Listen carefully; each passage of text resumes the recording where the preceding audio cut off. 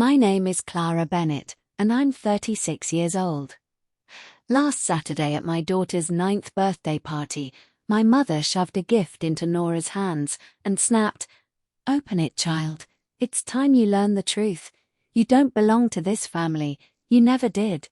Nora read the first line of the court petition and started shaking. She looked at me with tears in her eyes and whispered, "Mum, she's trying to take me away." My mother leaned in with a cold smile right in front of 20 guests and hissed, "Stop being so dramatic. Blood calls blood. You're just borrowed. I'm taking back what should have been mine years ago." The room froze. My husband immediately carried Nora out.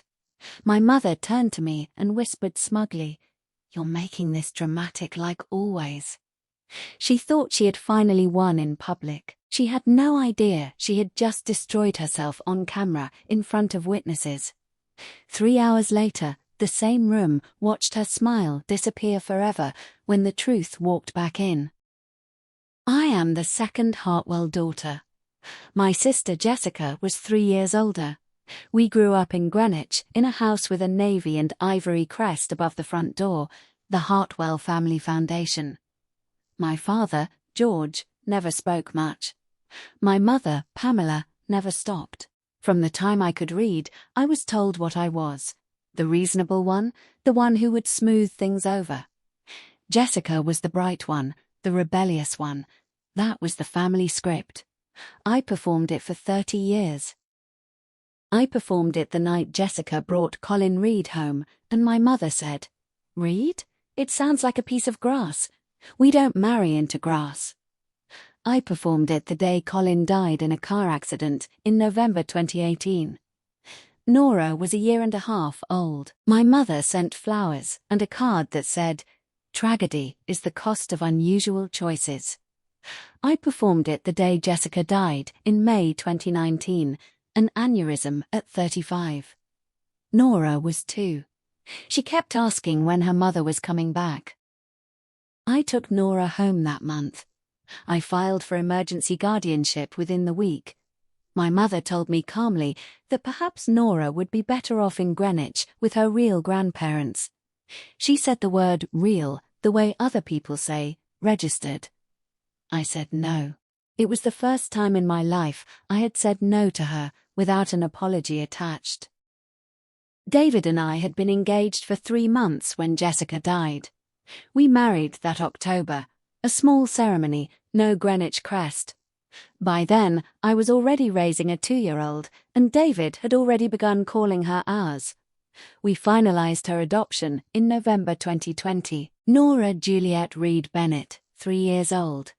She wore a dress with a hazel branch embroidered on the collar because I wanted her to know that her name was a place that belonged to her. My mother did not come to the courthouse. She sent a letter. "I am Nora's blood. You are a substitute. Surely the court will see the difference." I kept it. 6 years passed. Nora grew into a serious, soft-eyed child. David and I built a quiet life in Westport. My father died of a stroke in 2020. David started carrying a brown leather folder in the fall of 2024. He didn't tell me why. I didn't ask. 3 weeks before Nora's 9th birthday, she pulled a sticky note off her desk and slid it under my coffee cup. "Mum, can it just be us and not Grandma?" I said. "Just us, honey." Patricia called Tuesday, Wednesday, Thursday, each time the same. "Let me bring something special, a gift from the family." I told her she could come at 10 o'clock. She arrived at 9:14. David came home late Friday with the folder. He said, "Whatever happens at the party, just stay calm. Don't follow me out." I didn't press.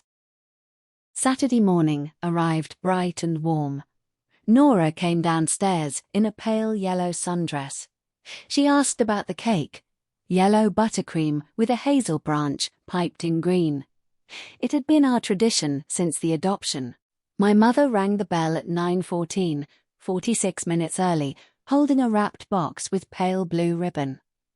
She stepped inside and set it on the gift table. "This one goes first," she said.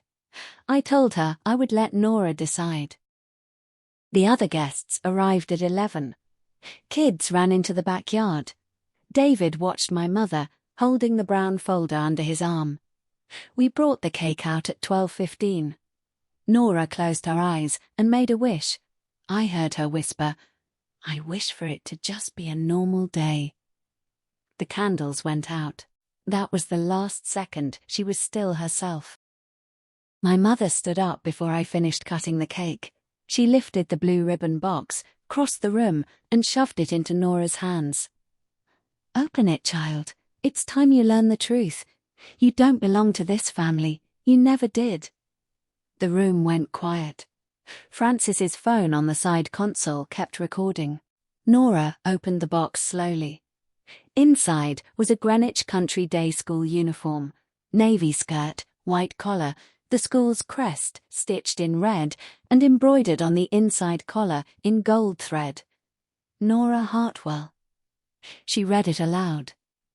"Mum, it says Nora Hartwell. Did they spell it wrong?" Under the dress was a folded photograph of Jessica at 17. The back read in my mother's handwriting, "Your real mother would have wanted you here." Under that, a 6-page petition for guardianship filed by Pamela Hartwell. Nora read the first line and started shaking. She looked at me. "Mum, she's trying to take me away." My mother leaned in close and said loud enough for everyone, "Stop being so dramatic. Blood calls blood. You're just borrowed. I'm taking back what should have been mine years ago." David lifted Nora and carried her out, shutting the door softly. The petition lay open on the rug. My mother turned to me and whispered, "You're making this dramatic like always." She smiled, believing she had won. She had no idea. I stood in the archway and did not move. My brother Thomas walked over and placed a hand on her shoulder. Other parents gathered their children and left. By 12:50, only family remained. Thomas said, "Mum didn't mean it. Let's move past this." I did not answer him. My mother came to me and whispered, "Let me have 5 minutes alone. We can sort this out." I said, "No, we can talk when everyone gets back." She blinked. Francis came beside me and whispered, "David just texted. He says don't open her purse. He already photographed what's inside 3 months ago." 3 months ago. That sentence rearranged my life. David had been building something I hadn't noticed. 3 hours later, the doorbell rang at 2:43. David walked in first, holding 2 folders, navy and red, and a tablet. Behind him came our attorney Catherine Riley, 2 Westport officers, Detective Ellis Hartman and Special Agent Teresa Voss from HHS. They were here because of what she put in that box. Catherine opened the navy folder and read the petition aloud. She cited the fitness assessment, prepared by Marshall Brennan, my mother's former handyman, not a licensed counselor. She presented the forged school emergency contact form, the phone log of 11 calls where Patricia pretended to be me, and the audio from the party. Detective Hartman produced a check stub for $8,200 paid to Brennan from the foundation. Catherine played the recorded call to Dr. Lockhart's office, where a woman identifying herself as David asked for Nora's records. Then she showed the forged release form mailed from Patricia's address. Agent Voss stepped forward and served notice of a federal HIPAA investigation. My mother's hands went still. She reached for her purse, opened it, and her fingers touched a small black notebook. She had brought it. She let go and handed over her ID. Thomas turned to her and asked, "Did you call them using David's name?" She lifted her chin. "I did what I had to do, for the family name. Nora is not a Hartwell. I was trying to fix the trust before it was too late." Catherine wrote it down. The room watched. Aunt Margaret moved forward. She unclipped the Hartwell crest pin she had worn for 52 years and set it on the table. In October, you asked me to support moving Nora out of beneficiary status. You said she's not really one of ours. I've been waiting 6 months for the rest of the family to find out. Frances slid her phone across the table, a text from Patricia asking her to help build a case, saying the Reed name would not appear on the foundation again. Eileen Donovan, the school counselor, produced a notebook with records of every forged call. Then the door opened. Nora walked back in, holding her stuffed rabbit. She stopped in the doorway and looked at my mother. I knelt down. "Honey, you don't have to be here," she said. "I want to stay. I want her to see me." She stood in her yellow sundress, not the paper child my mother had built, but the real one. Officer Calloway stepped forward and asked my mother to gather her things and step outside. She rose, picked up her purse, paused, and set it back down. The notebook stayed on the side table. She walked past me and past Nora without a look. 9 days later, the court dismissed the petition with prejudice. 2 days after that, a temporary restraining order was granted, 100 yards, no contact. The foundation froze all distributions. Thomas sent me a letter. He was filing to remove her as trustee. Aunt Margaret visited and brought a cream-colored sweater that had belonged to Jessica, stitched with green thread. Nora held it for 10 minutes, inhaled, and said, "It still smells like a person." 2 weeks after the original party, we tried again. Nora asked for a small birthday, just the 4 of us. I baked the yellow cake, piped the hazel branch. Frances came. Aunt Margaret came. Nora opened 2 gifts, an empty photo album from me with a note. "You decide which pictures of yourself you keep," and from Aunt Margaret, Jessica's old leather journal. Nora read the first line. "I think one day I'd like a daughter. I'd want her to be brave. I'd want her to be soft. I'd want her to know she didn't have to be either, to be loved." She set it down and said, "Mum, can we put Juliet's name in mine on the papers officially?" I said yes. She said her own name, Nora Juliet Reed Bennett, like a prayer.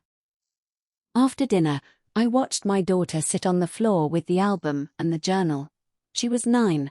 Her name was Nora Juliet Reed Bennett. She was a Reed in every way that mattered. She was a Bennett in every way that mattered. She was in no way a Hartwell, and she was exactly enough. My mother had thought she could turn a birthday into evidence against me. She was right about the evidence. She was wrong about who it was against. Family is not who shares your blood.